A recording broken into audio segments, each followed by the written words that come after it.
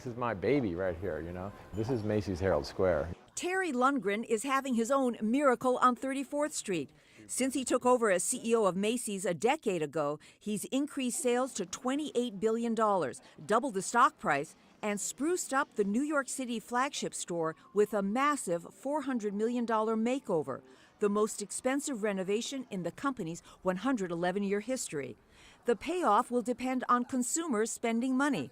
There were thousands waiting online for hours on Thanksgiving Day to get a jump on holiday bargains. We had the biggest Black Friday ever. This is an exciting time for us because we always kind of pace the season on how it looks on this very, very busy day. And we had a great Macy's Thanksgiving Day parade, followed by 15,000 people outside of Herald Square waiting to get in. We opened the doors, so we're off to a good start. And when you talk to Macy's customers, what's your sense of how they feel about spending? Are they feeling free spending, or are they stingy with their money?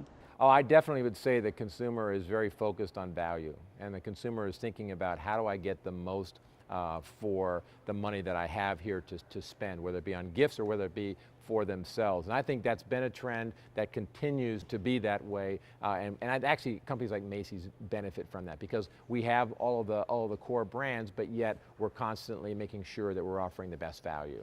You must feel so much pressure to offer these bargain deals to beat out your competitors.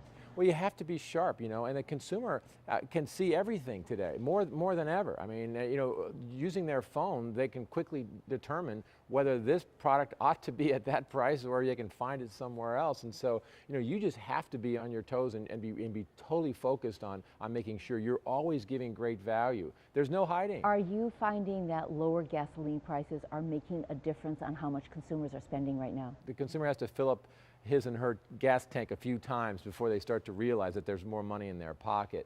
That's really just beginning. It just hit the gas pumps just recently. But I do believe over time, this will be a positive for the consumers and therefore a positive for consumption, and obviously we'll get our share of that. You know, a lot of people are very worried about a data breach and having a repeat of what happened with Target last year. Are you noticing that people are using more cash than credit cards or debit cards? We haven't seen that trend change. About half of our businesses transacted on our own Macy's and Bloomingdale's credit cards, and so we would see that pretty quickly, and we haven't seen that change yet. Terry, about every week we hear of some big retailer that's gotten hacked. How worried are you about Macy's getting hacked? I think any CEO who's in a position of having consumer data, it's on our mind. This is something that we take very, very seriously. What I always think about is, what are we doing in terms of preparedness in the event that something like this would happen? I think you have to always be on edge. You have to always believe that they're coming at you from every angle, and we're going to do everything we can possibly do, and we're investing significantly to make sure it doesn't happen. Let's talk a little bit about the economy. We're getting more and more evidence that the job market is stronger. From your perspective, how's the economy doing? I think the economy has been sluggish. It's been slow, and we've all been hopeful that there would be faster GDP growth than what we have seen.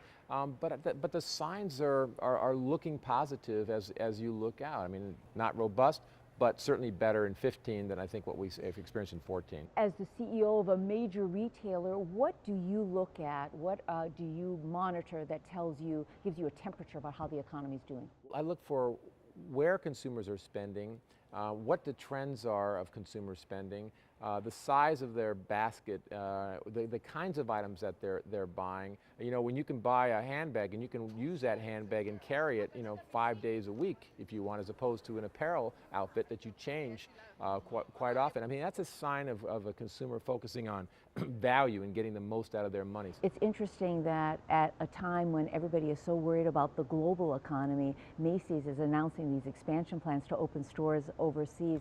Why are you confident about that? You can't just focus on today and think that's going to forever be that way. You just have to believe, where is their growth? Where is their opportunity? And then think in terms of 5 and 10 and 15 years in advance. And I'm very confident that the decisions that we're making both here and in other countries in terms of potential locations for Macy's and Bloomingdale's are very solid and built to last for the long term. Will higher interest rates make you think twice about some of your expansion plans or hiring more people? I will not do anything differently based on very slight interest rate growth. It's not going to be a material difference to me in my decision making for the next 10 years. I believe that if interest rates are rising, it's only because the strength of the economy is evident.